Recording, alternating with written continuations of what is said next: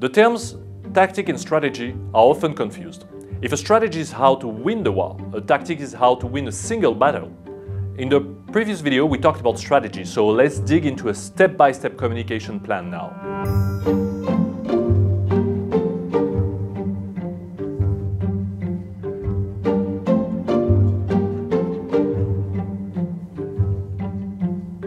On the screen you now have what I would call the generic template of whether a strategy or of a communication plan. And it starts at the bottom of the screen, the starting point. Your whole tactic, your whole strategy is to reach the business objective, where you want to go. That's point A and you want to go to point B. In communication there are a number of steps you have to take in order to go there. The first one is to define exactly the objectives you could eventually pass and try to be successful at. These objectives then go on to an audience, then go to the brand, the guiding idea. You will see the guiding idea is very interesting, especially for people who are more creative. And then only do we go on to channels, messages, and the tools you're going to use. If you look at this screen, you see that tools is actually one of the last things you choose. You don't start by asking yourself, do I want a video, a brochure, or a website? You start with your objectives, and then only at the very end you decide if a postcard is better than a billboard or a hot air balloon, for instance. So what are the objectives of writing a communication plan in the first step? Why would you actually write a communication plan? Well, it helps everyone in the organization to read something, so they might actually understand it, and that's great if they understand your communication plan and strategy. They understand it, they agree with it, and they align all their actions to the plan. So I took the example on the internet of a classic communication plan called a dissemination and communication plan. I'm sorry for the company I took it from. I'm not going to be too critic, but basically if you look at it, and I recorded this video very quickly, from the summary you already understand there are more than 80 pages in this communication plan. So I'm not imposing you to scroll the entire thing, but do you imagine yourself reading it if it's 80 pages long? Do you think you will manage to align all your team members onto your communication strategy if they have to read it for 3 days and might not understand half of the words because they are not themselves communication officers? No, we are already out of our main objective by writing a communication plan, which is people read it. So let's see how we can reduce a communication plan to 2 pages. We start with the business objective. I took the example of a European association that would defend startups in technology, because I'm interested by technology myself and startups. So the objective of this particular association would be, we want to be considered the best provider of information on startups for the next 5 years, so as to be consulted every single time a legislation touches our members' interest. That would be the business objective. The smaller objective they could reach would be, first, demonstrate goodwill, so as to be invited in every meeting talking about innovation, entrepreneurship, and international taxation for their case. The second objective they could reach is make our website the one-stop shop for information on startups for everyone in our audience. And the third one would be grow our membership, so get more members as startups, by 20% every year to reach a critical mass.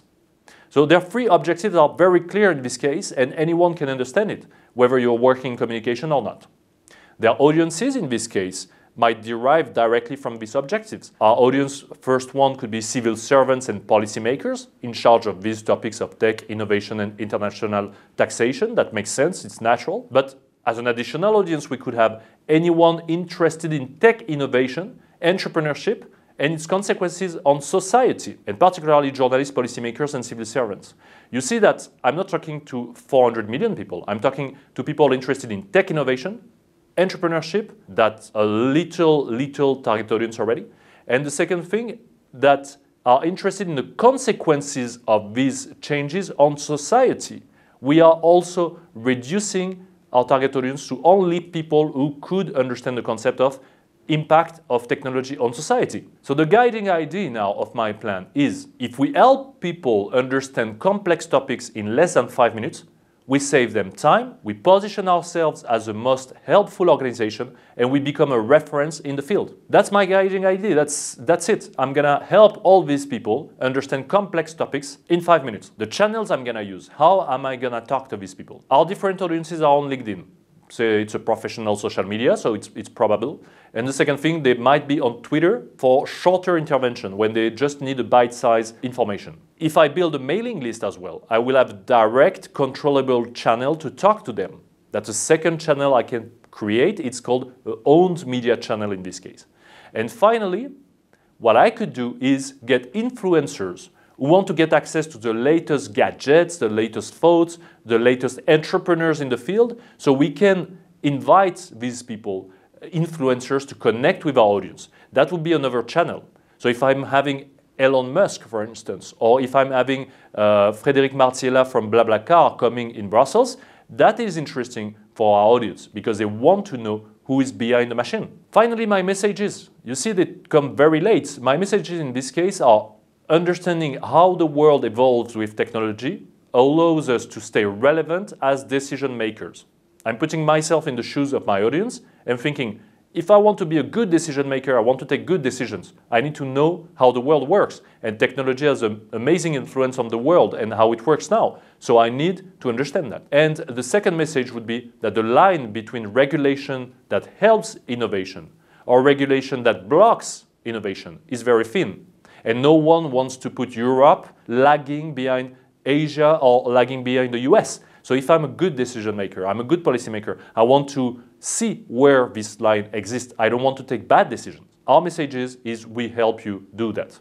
Finally, the tools, the very end of the entire plan. Simple tools, videos of 5 minutes on a topic like blockchain or anything complex to understand.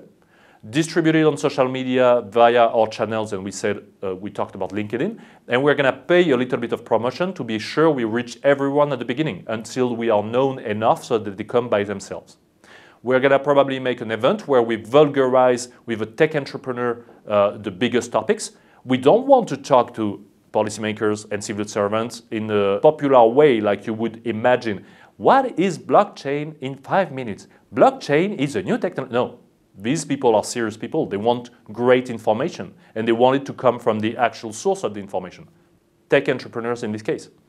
And finally, we could even organize a hackathon, which is a 2 days super intensive competition to see how the public sector could benefit from these new technologies. So blockchain in the public sector, or new cryptocurrencies that could help administrative departments. I don't know. That's an idea among many. But that could be a very interesting focal point. Once I have all these things, I can plan my execution. I can say, in September, we're going to do that. In November, we're going to do something else. And in March 2020, this is what we're going to organize.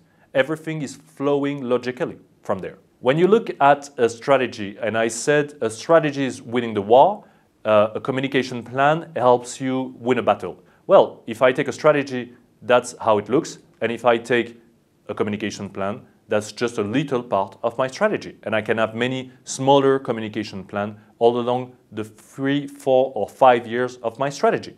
It doesn't have to be more than 3 pages long. So what does it mean for the European elections?